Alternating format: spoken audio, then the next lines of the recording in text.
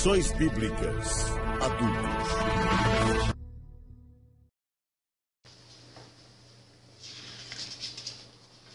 Olá, meus queridos, a paz do Senhor. Estou muito feliz em poder estar aqui concluindo esse trimestre com você, tendo a sua companhia. Eu sou grato a Deus pela sua vida, pelos seus comentários, pela sua participação, pelo seu incentivo, por ter divulgado nas suas redes sociais, compartilhado aí o nosso trabalho. Você que ainda não é inscrito, se inscreva no nosso canal. Estaremos no próximo trimestre também juntos até o finalzinho do ano, cerrando fileira, fazendo a obra de Deus. Eu sou grato a Deus pela sua vida. Muito obrigado por você estar sempre conosco aí, prestigiando o nosso trabalho. Hoje nós estamos aqui com a lição de número 13, que vem com o título Sobre a família e a sua natureza. Essa é a nossa lição do dia 24 de setembro de 2017, é a nossa conclusão do terceiro trimestre, e o nosso textuário nos diz: portanto, deixará o varão seu pai e a sua mãe, e apegar-se-á à sua mulher, e serão ambos uma carne. Gênesis capítulo 2, verso 24.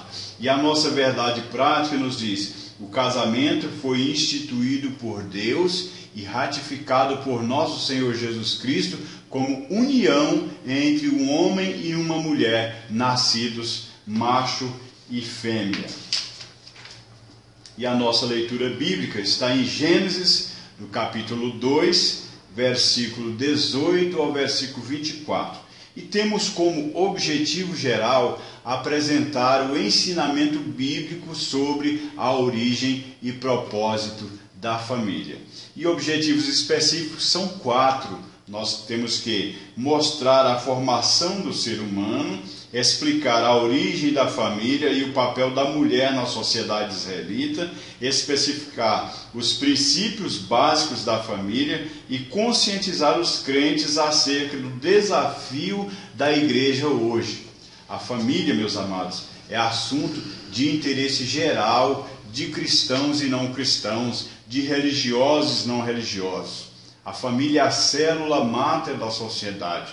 Trata-se de um projeto de Deus para os seres humanos. O livro de Gênesis traz um breve e singelo relato de como tudo isso começou e também revela o propósito de Deus para a família. Não existe prazo de validade para os princípios estabelecidos nessa narrativa e eles continuam valendo na atualidade. Esse é o enfoque dessa nossa última lição. Vamos falar aqui sobre a origem da família, a origem do homem e da mulher. No relato da criação, ambos aparecem juntos, mostrando a igualdade ontológica do homem e da mulher. O texto de Gênesis, no capítulo 1, ele diz assim: e criou Deus o homem à sua imagem, a imagem de Deus o criou macho e fêmea. A palavra hebraica usada para homem aqui é Adam, que serve tanto para o nome do primeiro homem que Deus criou, como também para o homem no sentido de representante do ser humano. Então, semelhantemente, a palavra grega anthropos, a expressão final, macho e fêmea os criou, mostra que Adam, nesse versículo, diz respeito ao ser humano. Isso revela a igualdade de ambos, macho e fêmea, homem e mulher, como portadores da imagem de Deus. A diferença está na sexualidade.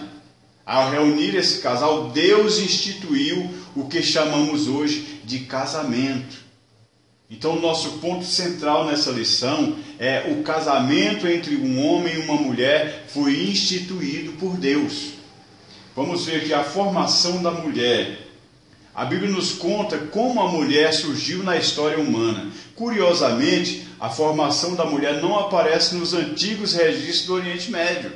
No relato da criação em Gênesis, a formação do homem só aparece uma vez, e 6 vezes a da mulher. O termo adjuntora quer dizer auxiliadora, conforme vemos na edição revista Almeida atualizada, ajudadora, de acordo com o que registra a tradução brasileira. Isso não inferioriza a mulher, pois os termos auxiliador, ajudador, devem ser entendidos à luz do contexto. O termo hebraico é kenegdo, tem a ideia de igual ou adequado. Então a mulher foi feita igual ao homem, adequada ao homem. O relato da criação pressupõe que Deus colocou o homem com prioridade governamental, mas que ambos os sexos, homem e mulher, são mutuamente dependentes um do outro. Na sociedade hebraica, a família era o âmago da estrutura social. No Tanakh, exclusivamente em Bereshit, que é o Gênesis, encontramos o princípio judaico-cristão da família. No texto que diz: "E disse Deus, não é bom que o homem esteja só, far-lhe-ei uma adjutora que esteja como diante dele." Então o Senhor Deus fez cair um sono pesado sobre Adão, e este adormeceu. E tomou uma de suas costelas, cerrou a carne em seu lugar. E da costela o Senhor Deus tomou do homem, formou a mulher e trouxe a Adão. E Adão disse: "Esta é osso dos meus ossos e carne da minha carne. Será chamada varoa, porque do varão foi tomada." Segundo o filósofo Levi Strauss, o princípio da família é dado pelo texto da Escritura que diz: "Deixará o varão seu pai e sua mãe." Regra infringível ditada a toda a sociedade para que possa estabelecer e durar. Vejamos aqui sobre a família. O conceito de família entre os antigos hebreus, o lar é parte do clã, por sua vez parte do povo e povo da nação. O lar constitui-se de pai, mãe e filhos. É a família nuclear. Considerando que a base da economia do antigo Israel era a agricultura e o pastoreio, a família nuclear com poucos membros via-se em dificuldades por falta de mão de obra para o sustento da casa.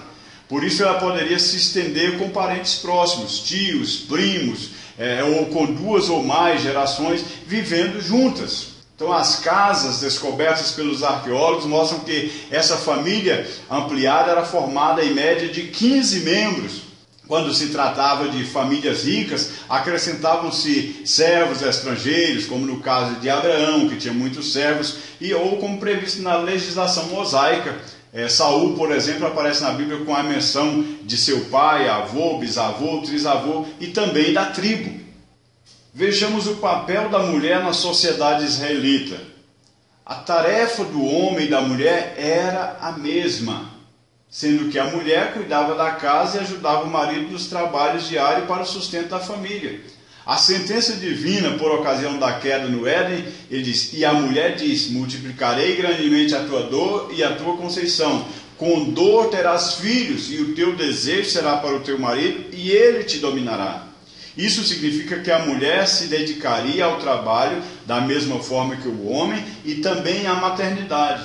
A mulher não é inferior, mas o homem é o chefe e pastor do lar. Ela levava a criança no ventre e continuava exercendo as suas tarefas. Considerando então questões médicas, sanitárias, nutricionais, a gravidez era um período de alto risco para a mãe e para o bebê. Então vejamos a questão dessa constituição do núcleo familiar. A constituição do núcleo familiar, a priori, é composta por um homem e uma mulher, mas ela também estendia a outras pessoas por causa dessas dificuldades em que a família tinha de se manter por causa do trabalho todo manual que tinha que sustentar toda a casa. Então, às vezes, não era possível simplesmente para um homem e uma mulher e talvez 1 ou 2 ou 3 filhos.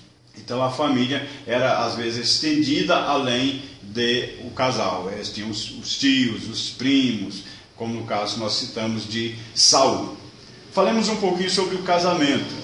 O casamento é a mais fundamental de todas as relações sociais. Trata-se da união íntima e verdadeira entre 2 pessoas de sexos opostos que manifestam publicamente o desejo de viverem juntas mediante o pacto solene e legal. Não existe no universo, entre os seres vivos e inteligentes, uma intimidade maior do que a que existe entre marido e mulher, exceto apenas entre as 3 pessoas da Trindade. Deus estabeleceu a família para companheirismo mútuo e felicidade, para uma convivência amorosa. A declaração, portanto, deixará o varão, seu pai e sua mãe, e apegar-se à sua mulher, e serão ambos uma só carne. Apresenta 3 princípios básicos sobre o casamento: a monogamia, a heterossexualidade e a indissolubilidade. Vamos falar primeiro da monogamia. O termo diz respeito às sociedades que adotam o princípio como casamento de um homem com uma mulher, e vice-versa, conforme estabelecido pelo Deus Criador. As palavras "e apegar-se à sua mulher" apontam para o princípio monogâmico. O texto não diz "às suas mulheres", mas pelo contrário, "à sua mulher". Essa verdade expressa o pensamento bíblico de uma única mulher e também de um único marido. E a heterossexualidade. Um dos propósitos divinos da criação do homem e da mulher é a procriação, visando a conservação dos seres humanos na terra. Macho e fêmea os criou. E Deus os abençoou, e Deus lhes disse: frutificai, multiplicai e enchei a terra. Quando Deus formou a mulher da costela de Adão, a Bíblia afirma: deixará o varão, seu pai e sua mãe, e apegar-se à sua mulher. Isso mostra que a diferenciação do sexo assegura as particularidades de cada um na união conjugal. É a postura necessária à formação do casal. O homem se une sexualmente à sua esposa como resultado do amor conjugal, não só para procriar, mas para uma vivência afetuosa, agradável e prazerosa. O relacionamento sexual aprovado na Bíblia é o de um homem e de uma mulher dentro do matrimônio. O pai e a mãe são os referenciais para a formação tanto do menino quanto da menina. Acima de qualquer exemplo, o comportamento estabelecido para o homem e para a mulher deve vir da palavra de Deus. E a indissolubilidade do casamento. A natureza indissolúvel do casamento vem desde a sua origem. E serão ambos uma só carne. Significa que é indissolúvel o casamento. O voto solene de fidelidade um ao outro, até que a morte os separe, não é mera formalidade. O casamento só termina pela morte de um dos cônjuges, pela infidelidade conjugal, conforme Mateus 5, ou pela deserção por parte do cônjuge descrente, que não tem o temor de Deus, conforme 1 Coríntios 7. Do contrário, não há dissolução do casamento. E qual é o desafio da igreja? É um perigo muito grande hoje a institucionalização da iniquidade. A tendência humana é desafiar a Deus em tudo. Isto vem desde a Torre de Babel e vai continuar até o final dos tempos. E com a sagrada instituição da família não é diferente. Uma vez que Deus instituiu comunhão entre o homem e uma mulher, o atual sistema de coisas quer institucionalizar a iniquidade ao considerar legítima diante de Deus a união de pessoas do mesmo sexo. E isso é um absurdo, é ir longe demais. É uma verdadeira afronta a Deus. A Bíblia condena a prática homossexual ou o pecado de Sodoma, para usar o termo bíblico. O avanço dessa prática é um dos sinais do fim dos tempos. A Bíblia condena de maneira direta tal estilo de vida. Isso é inversão de valores. O que se vê hoje é a tentativa de tornar o errado certo e o certo errado. O mundo atual está invertendo os valores em busca do hedonismo, ou seja, a procura indiscriminada pelo prazer, o gozo sensual, deleite sexual. Mas essas autoridades vão prestar contas de tudo isso diante de Deus. Esse também era o desafio da igreja do período apostólico. O apóstolo Paulo denunciou também essa inversão de valor, dizendo que mudaram a verdade de Deus em mentira, adorando e servindo a criatura em lugar do Criador, o qual é bendito eternamente. Amém. O apóstolo Paulo entendeu a ligação entre uma consciência cristã e uma mente espiritual. Ele escreveu: mas o que é espiritual discerne bem tudo, e ele de ninguém é discernido, porque quem conhece a mente do Senhor para que possa instruí-lo? Mas nós temos a mente de Cristo. O cristão que tem a mente de Cristo conhece a sua vontade, seu propósito. Por isso ele aprende a viver uma vida de consciência com os valores morais e espirituais estabelecidos pela palavra de Deus. Quando praticamos alguma ação, dizemos uma palavra, pensamos algo ou adotamos alguma atitude, devemos agir como mente espiritual. Ao avaliar essas várias situações a respeito da família, nossa consciência acenderá a sua luz verde ou vermelha, concordando ou discordando, acusando ou defendendo. O julgamento da consciência será de acordo com o senso de justiça que estiver dominando. Se estiver purificada, jamais concordará com o erro. Se contaminada, ela não conseguirá julgar corretamente. Devemos sempre comparar nossas ações à luz da justiça que a Bíblia apresenta. Nossas ações devem corresponder a uma consciência baseada na palavra de Deus. Diante do que foi exposto, meus amados, entendemos que Deus criou o homem e a mulher para serem mutuamente dependentes. Entretanto, cada um em sua particularidade, para juntos com os filhos, a herança do Senhor, formarem um núcleo familiar. Essa é então a primeira estrutura social humana. Que Deus nos abençoe em Cristo Jesus, que Deus esteja guardando a sua vida, que você continue sendo abençoado, a sua família abençoada, que você possa aprofundar os seus conhecimentos. Eu quero aqui desejar para você uma ótima aula e pedir que você continue conosco, deixe aí o seu comentário, a sua curtida, compartilhe nas suas redes sociais. Nós queremos melhorar a cada dia para poder atender melhor aos seus anseios. Em nome de Jesus.